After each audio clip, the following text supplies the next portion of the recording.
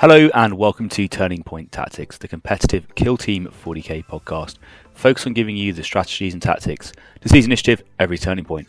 I'm your host Ryan, and I'm joined by the Gazgol to my Yarrick, Connor. How are you doing this evening, Connor? I'm good, thanks, Ryan. I almost struggled to get here on time, as I struggled to get past my child's safety gate, which reminds me, we're talking about barricades today and how to transverse them as when we're part of it. So should we talk about barricades today?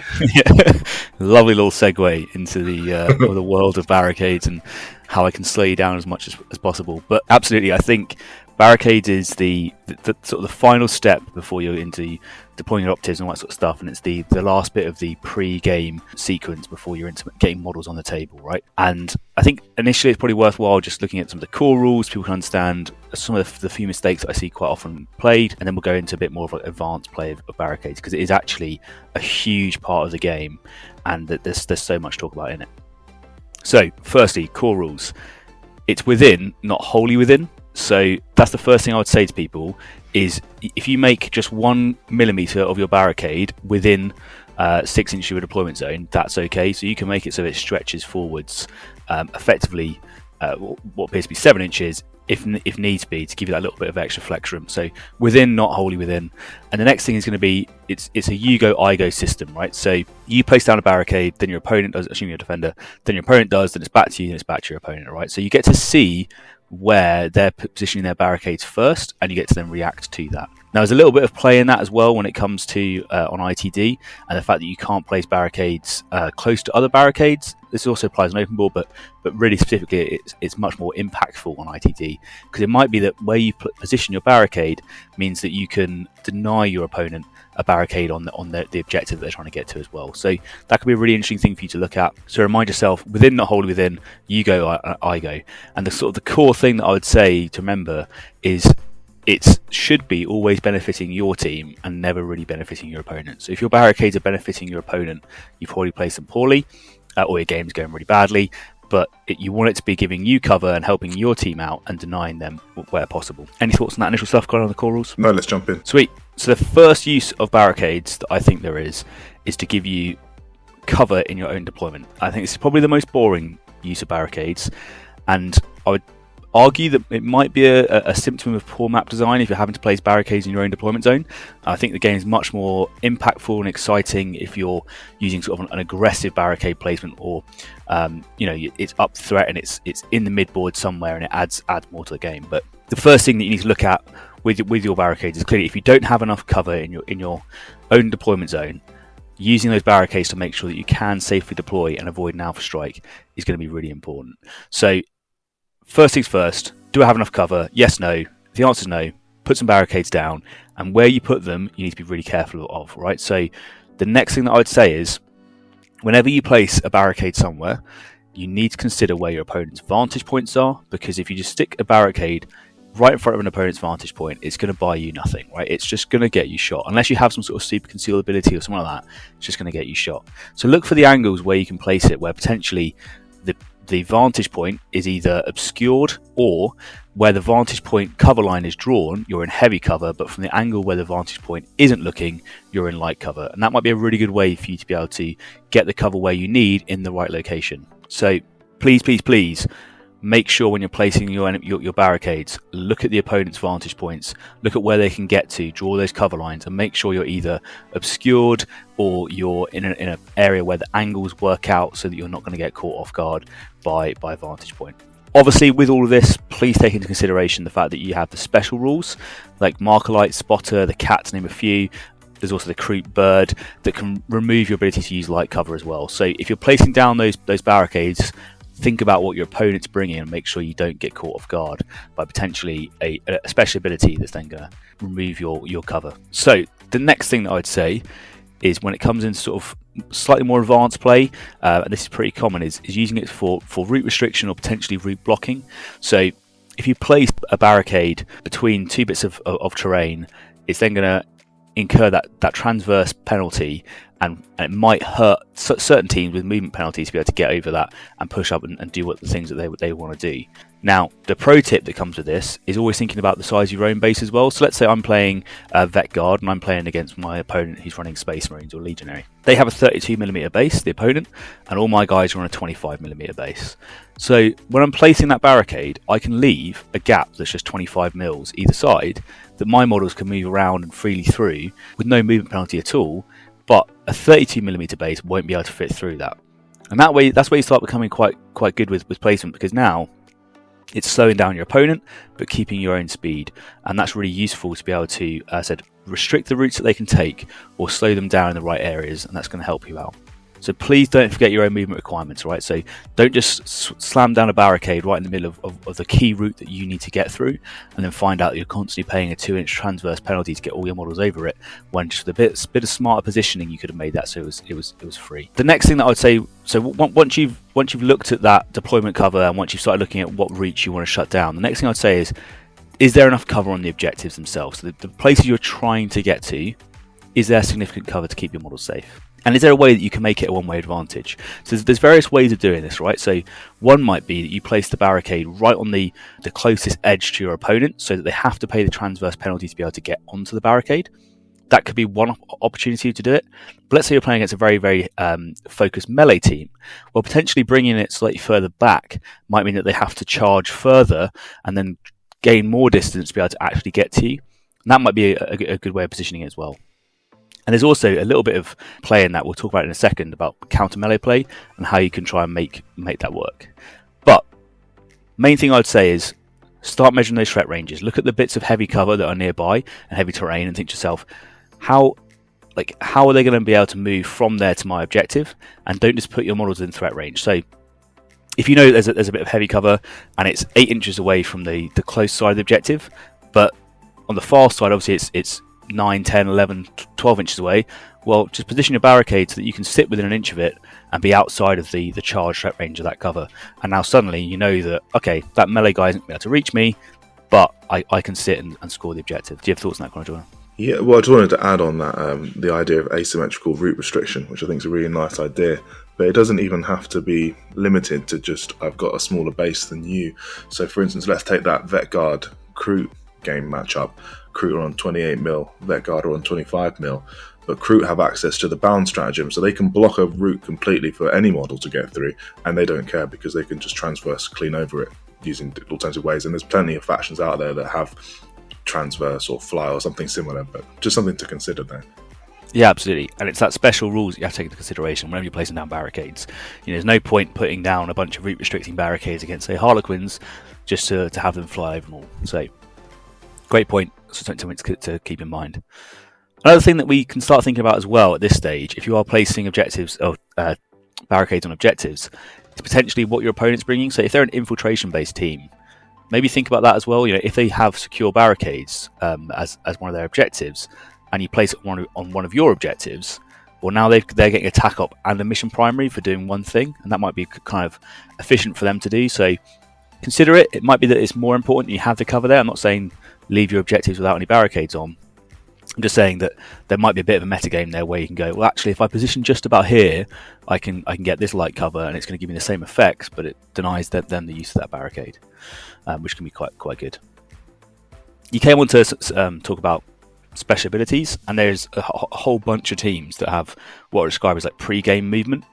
So you can start thinking about this as well. So let's say you're all Vet Guard, and you're doing that deployment zone cover. Well, you know full well that all your team is going to move 3 inches into the breach stratagem turn 1 anyway. So start thinking about that and go, well, if I push this barricade slightly further up, I can then get the most out of that because I'm going to be further positioned up threat and in a better place potentially to move up the board. Same for recon sweep for pathfinders and that sort of thing as well. So consider that this is where I'm starting on turn 1, but where am I actually going to be by the time my models are moved forwards, and then start building your barricades around the locations that you want to be at as well. I think that's a really important thing to think about. That pre-game movement is something that it took me a while to learn, I'm embarrassed to admit, but because I run Pathfinders quite a bit and they can run up the flanks, and I'd always panic looking at my deployment zone thinking there's not enough cover here and I'm going to get torn to shred by blast. I need to put something down just to help mitigate that a little bit.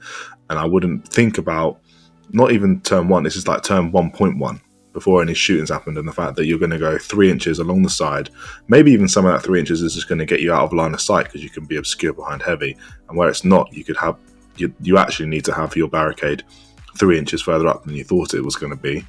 Just that little bit of, you've spotted the problem is there's no cover, but then one more thought, but where I'm actually going to be, so where's the problem really? The problem's actually going to happen in a bit when I can move my models before any shooting actually begun, and so therefore I need to have the barricade 3 inches outside my deployment zone, maybe 3 and a bit inches, because you have to be within an inch of it, you don't have to be adjacent to it. I'm just thinking a little bit deeper about the problem that you're facing.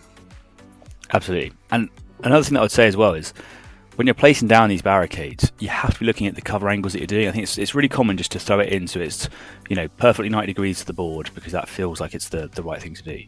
But you could potentially angle it slightly so that it's one side facing towards some heavy cover that you can't be shot from because of obscuring or whatever it is, and on the other side it's going to be more towards deployment zone. And it makes the barricade placement much more effective and much harder for your opponent to get a flank on you.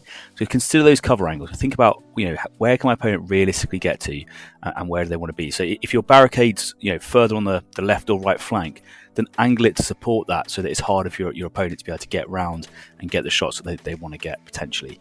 Something to consider. If not, obviously the 90 degrees is fine, but something to be aware of. Well, you've used that rotation, so obviously 90 degrees. Yeah, like you said, absolutely fine.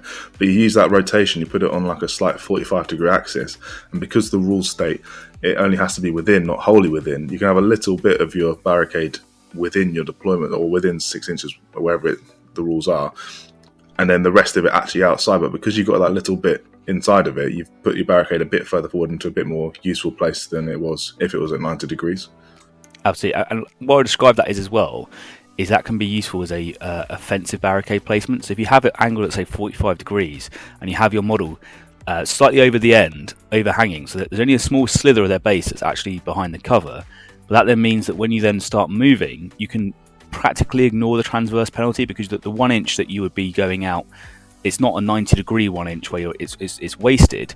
It's now 45 degrees, so you're still getting effectively half an inch further up the board, if that makes sense, to then be able to continue moving in the right direction. So that can be quite a good way to offensively place barricades if you know that you're moving up threat rather than staying where you are. So it's a really good point to think about, is that the angle of the barricade is just as important. It might mean that it gives you the flex that you need to get it onto an objective where you couldn't previously. It might let you be able to play slightly more aggressively, or shut down angles and be slightly more defensive as well. Something else I think is important to look at, though, is grenade threat range. So what are your opponent bringing? Do they have lots of grenade models? And are you just putting a barricade in a position where it's immediately going to get hit by a turn 1 or turn 2 grenade? And is that actually helping you out, yes or no? It might be that it's good, but the other thing you could use it for, and we talked about route restriction, is you could use a barricade to potentially slow down that grenade threat range. So if you put it out there and make them pay a transverse penalty, maybe you can use some heavy cover slightly further back to keep your guys safe. But be careful where you're putting it. Don't just throw one straight into the middle of the board where your opponent can just move and throw a grenade on it turn 1, and it's just going to lose you an operative. So the next thing I would say when it comes to barricade placement is you can use it to really start supporting your secondary objectives as well. This is something I've seen most common on like the recon teams and that kind of thing, when they're trying to get it used to be triangulate, now it's called outflank. Nice, thank you.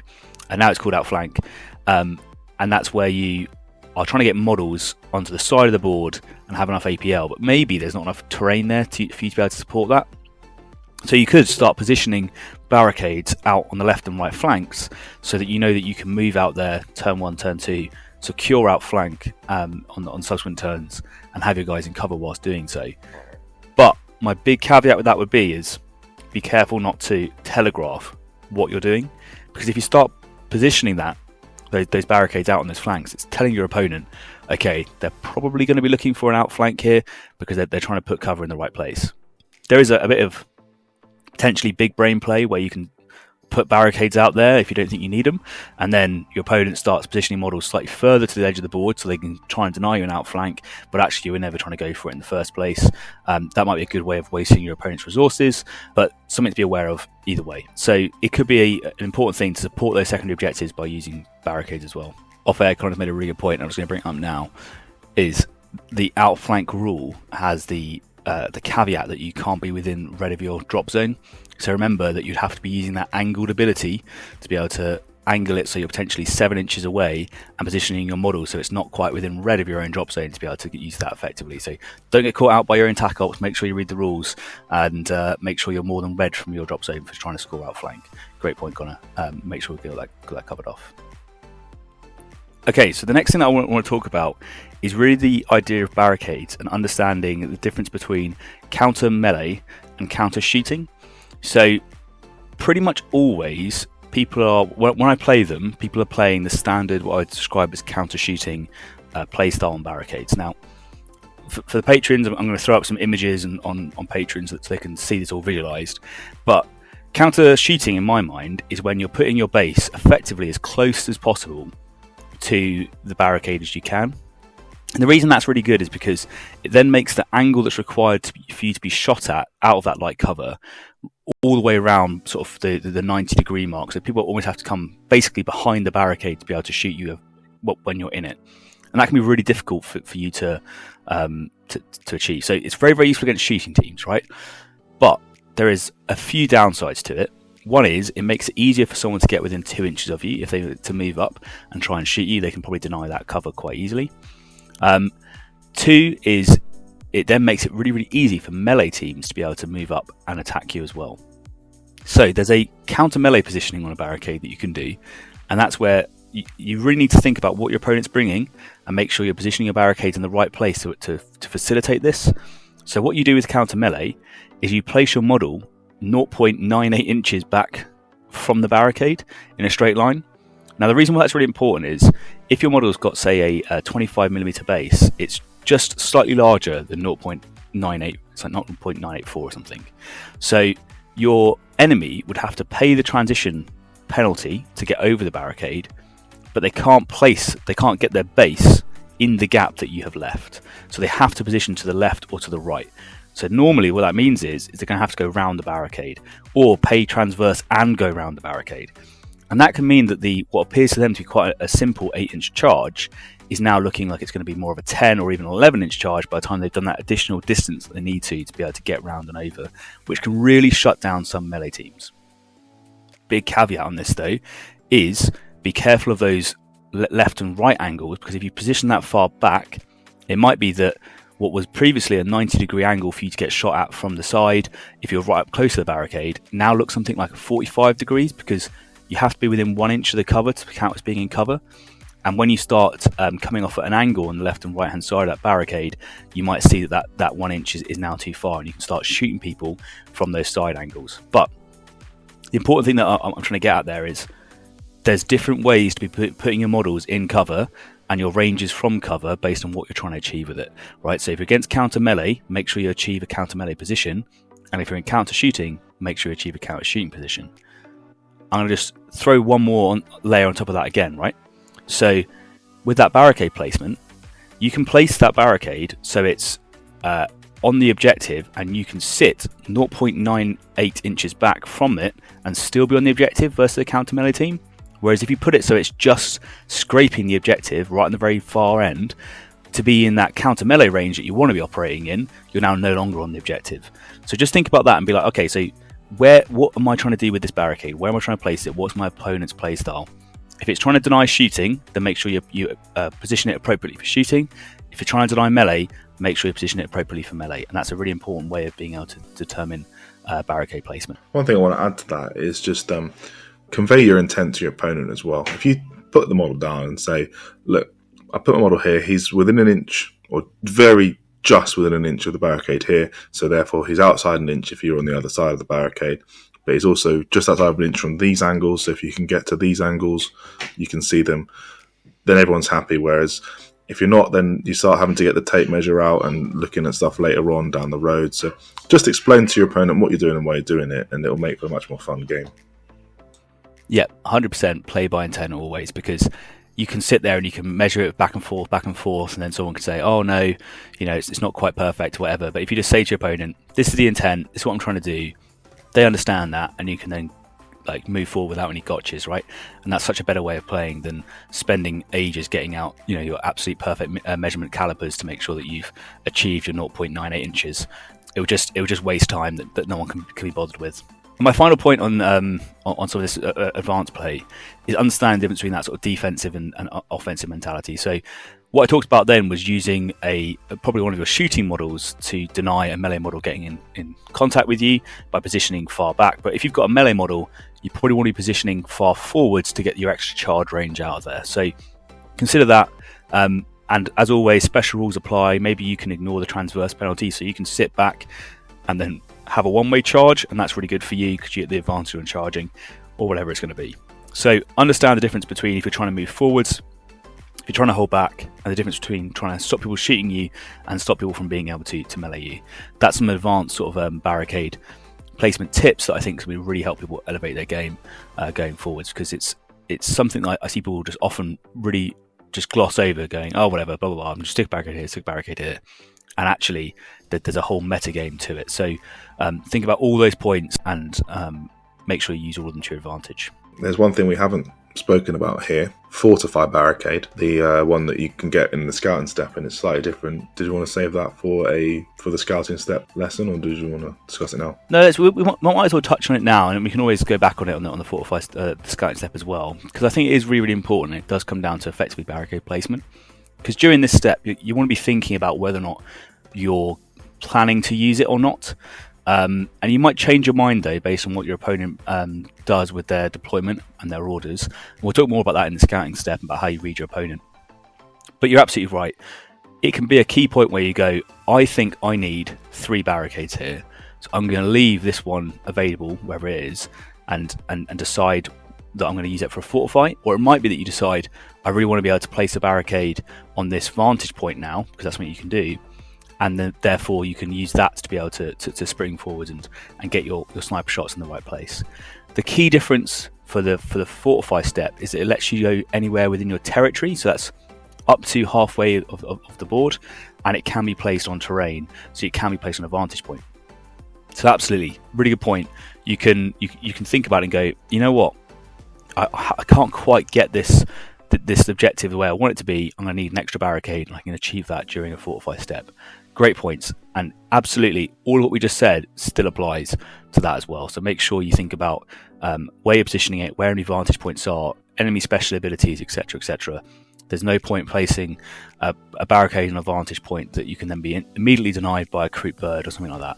And that would be really unfortunate. So consider it and make sure you bring it into your play style. Okay, we're into our tactical tip of the day then. And for today, I'm going to go with understanding risk management, or understand risk management. So I think this is a really common thing that people can get wrong, and it can cost you an entire game if you don't understand necessarily what you're doing. I think potentially some people are doing it subconsciously and not necessarily applying much thought to it. Some people are doing it or not doing it at all, and you can kind of see it from their play style. But what do I mean by risk management?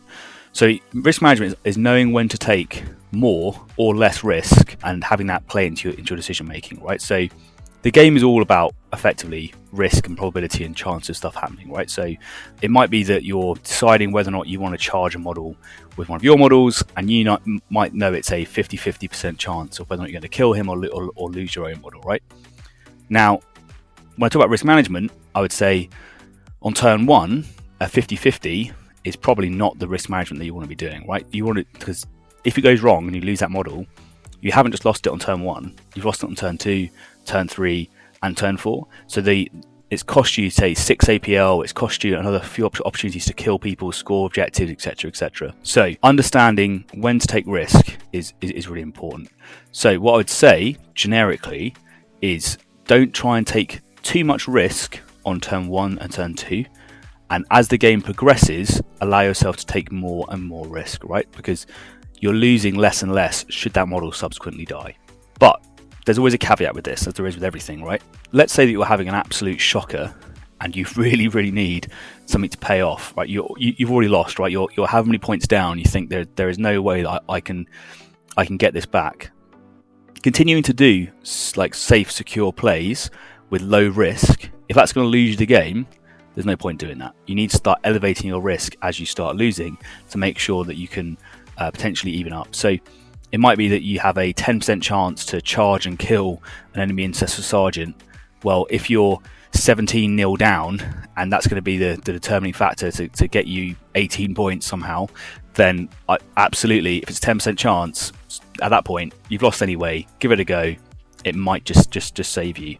So that's one of the things I'd say. So as the game goes through, allow yourself to take progressively more risk because it's going to cost you less and less, and understand what risk you're taking and when you're taking it. And hopefully that's going to mean that you make better decisions throughout, because you think to yourself, what's the chances of this thing happening? What's the payoff if it goes wrong? What's the payoff if it goes right? And is this the right time to make those sort of decisions? Any thoughts on risk management, Conor? No, it just nicely echoes what Mark said earlier on in the episode with him, especially that idea that if it's a lost game, you've lost already. What have you got to lose by taking a bit more risk and maybe actually turning the game back on itself and having a chance to win again? So, yeah, when you're losing is the time to take risk, but why gamble away what is otherwise a win game just for extra kills or to do something that you think is a bit more exciting? Makes sense. That's a really great point there. It's like it works conversely as well. So I talked about if you're losing, take more risk. You're probably right. If you're winning, you probably want to start taking less risk, right? So there's no point going overcharged on your plasma gun with your guy that's only got 3 wounds left, who's holding your back objective, just to maybe kill a model that's unimportant. You know, like if that's going to lose your objective, gain number point, and suddenly it swings the game the other way because you rolled a 1 into a 1, wherever it is. Well, don't take that risk. Just do the AP 1 shot. You know, you don't need to potentially kill yourself to try and have a bit more fun. I mean, it can. I mean, if you're playing casual and you're playing on a game night, whatever, then sure, go nuts, do whatever you want to do. But at a tournament, don't take those risks that you don't need to take just because of it feels like you should. I'm sure there's a bunch of people out there saying I'm a coward because I'm not overcharging plasma, but that's kind of like the competitive edge is understanding when to take the risks and when not to take the risks. It's a bit of an art as opposed to a science. I can't 100% say what numbers would be, but if I was gonna like put numbers to it, I would try and say something like in turning point 1 and 2, you want to be looking at doing stuff that's got a 70% plus probability of happening without your model dying. But bear in mind, I caveat all this with, like, if it's one-way shooting and you're shooting but you're not getting shot back, that's 0 risk to you, right? It might be a 55% chance to kill your enemy, but it's 0 risk to you. Whereas if you're risking losing a model, you want it to be 70% plus odds of happening turn 1 and turn 2. And then as the game progresses, that's going to sort of go to more like your 50% turn 3, and then probably turn 4 I'd take anything up on like a 30% odds if it's not important, because you're losing the model anyway, right? It's the last turn of the game. If they waste an action killing that model, it's no real loss. Obviously, unless they've got some sort of tack up to score points off of it. I think that kind of covers that tactical tip. Unless you have any other points you want to add on it, Conor. No, and let's also talk about the fact that it's the 27th today, and tomorrow, 28th at the weekend, we've got the LVO coming up, and you're hopefully going to try and get out there and see what's going on. Did you want to talk about that and what you're hoping to see? Yeah, absolutely. So this is like one of those weird things where I'm hoping people are listening to this on the 27th to the 8th, and obviously we're recording it before then because I'm hopefully travelling out in a couple of days to America, and I should be there over the period of the LVO.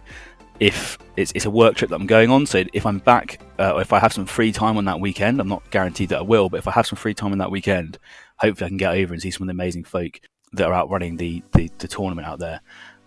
So it sounds like it's going to be really exciting. They've got a huge number of tickets that have sold.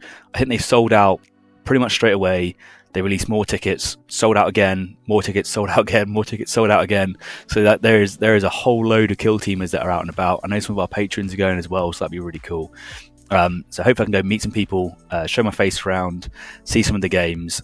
I don't think I'm going to be able to play, unfortunately, just based on what the work program looks like. I don't think I'm going to get the time off, but it should be awesome to go and see the scene and meet a bunch of people and put faces to names, because you on Discord you see all these handles and whatever else, and you think, oh, I know roughly who this person is, but you don't really know much about them outside of that. You just think, oh yeah, it is what it is.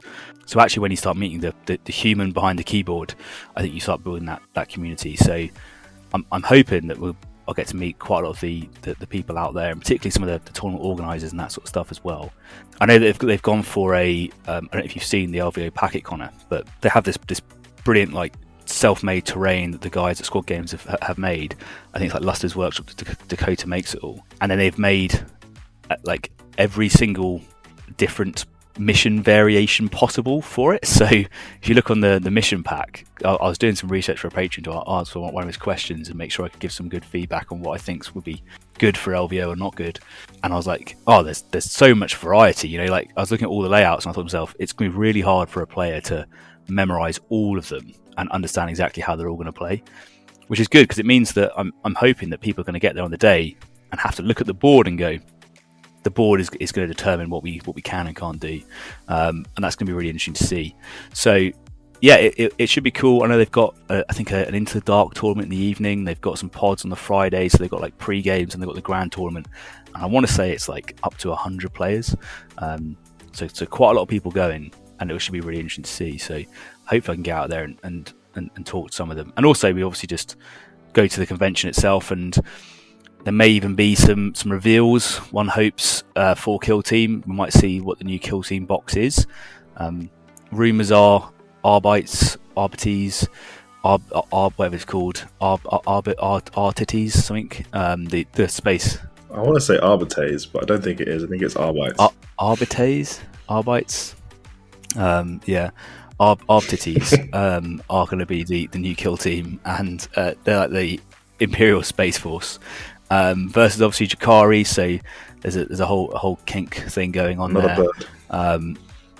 Another bird, which I was listening to Killteam Casuals talking about that they want a slimy rat bird to be the Jakari one. Or a bat. A bat, yeah, some sort of bat bird covered in slime. I think is what they want. S&M bat bird. S&M bat bird. As long as there's nipple tapping involved, then the Jakari players are happy, right? I'm just going to throw it out there, right? If Jakari is your main faction, like get help. Get help, right? there's something going on there, right? There is something going on. I mean, probably shouldn't kink shame people, but it is what it is, right? So, so anyway, so we've got those two teams coming out, more ITD. It'd be really interesting to see what they do. I'm a little bit worried, to be honest, that with the power curve that we've seen from the last few box sets, that they might be kind of weak. But that being said, GW have done a great job of then buffing those weaker factions in subsequent balance slate. So I don't know, we'll see, but it could be quite a cool reveal if it happens. I'm assuming they'll reveal something, and it's going to round off the ITC season. And it's been a pretty awesome season this year. I don't know if I'm going to be able to hold on to my top 5. It depends how the guys out there do, because there's some fantastic American players that I assume are going to be going to the LVO. I might be wrong, and I'm currently in 4th, but people like Chris Backey are down in 7th at the time we're recording. But if he does go to LVO and pick up like a big win, you know, he could easily skyrocket straight up into the top 5. And I know John Reese is going out as well. Can you roll a crit? So potentially he could be up in the top 5 as well.